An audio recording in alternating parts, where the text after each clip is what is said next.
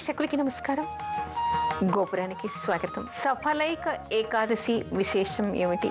సఫలం అంటే కోరినటువంటిది ఫలించటం.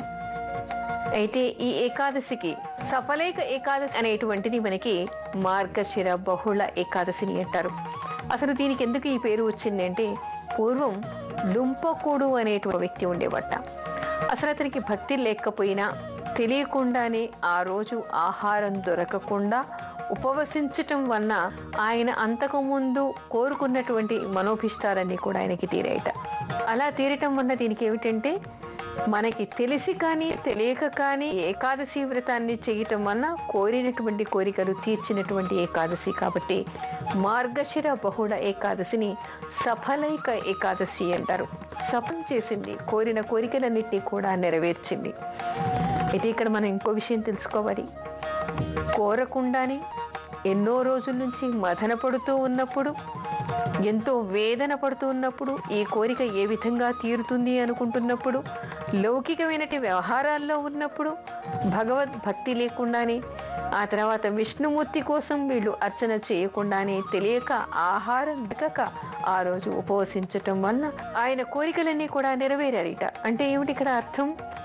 తెలిసి కానీ తెలియక కానీ ఏకాదశి రోజు ఎవరు ఉపవసిస్తారో వాళ్లకు అనుకున్నటువంటి కార్యాలన్నీ కూడా సఫలం అవుతాయి అనేటువంటి విషయం మనకి తెలుస్తుంది.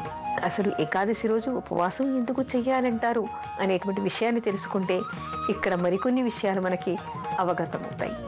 అంటే సాధారణంగా కొన్నిసార్లు మనకి చెప్పేటువంటిది ఏమిటంటే, ఎవరినైనా హత్య చేసినప్పుడు బ్రహ్మహత్యా పాతకం వస్తుంది. అయితే అన్నిసార్లు మనం ఎవరు వధించక్కర్లేదు.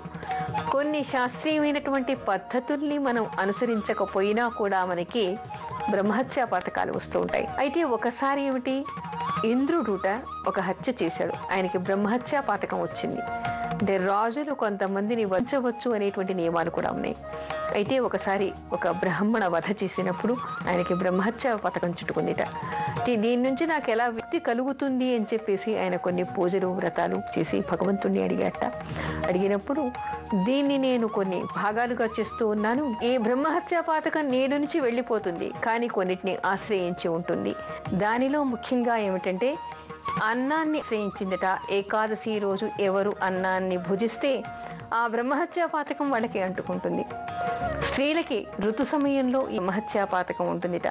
అందుకని చెప్పేసి ఆ సమయంలో వారి చేత ఎవరు కూడా భోజనం చేయకూడదని, ఆ సమయంలో వారు ఎవరిని తాకకూడదు అనేటువంటి నియమాలు కూడా మనకి కనిపిస్తాయి.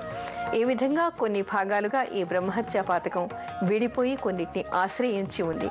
అంటే అన్నాన్ని ఆశ్రయించి బ్రహ్మహత్యా పాతకం ఉంది కాబట్టి ఏకాదశి రోజు ఎవరు భోజనం చేసినా కూడా వాళ్ళకి బ్రహ్మహత్యా పాతకం చుట్టుకుందిట.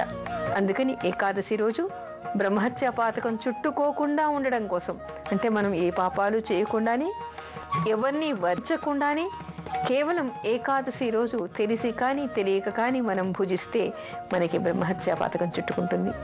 ఇక్కడ ఈ లుంపకుడు ఏం చేశాడు? తెలియకుండానే ఉపవసించాడు. ఉపవసించటం వల్ల విష్ణు ఆజ్ఞ వలన, విష్ణు అనుగ్రహం వలన ఆయనకు ఉన్నటువంటి మనోభిష్టాలన్నీ కూడా తీరాయిట. దానివల్ల అతను సఫలాన్ని పొందాడు అంటారు. అంటే ఇక్కడ మనకి శాస్త్రం ఏం చెప్తోంది? ఉపవాసం ఉండటం అంటే కేవలం భోజనం చేయకపోవడమే కాదు, విష్ణు అర్చన చేసుకోవటం వల్ల ఇప్పుడు కూడా విష్ణు అనుగ్రహం వీళ్ళకి కలుగుతుంది అనేటువంటి విషయం తెలుసుకోవాలి. ముఖ్యంగా ఏకాదశి వ్రతానికి అత్యంత విశిష్టమైనటువంటి ఫలితం ఉందని కూడా తెలుసుకోవాలి.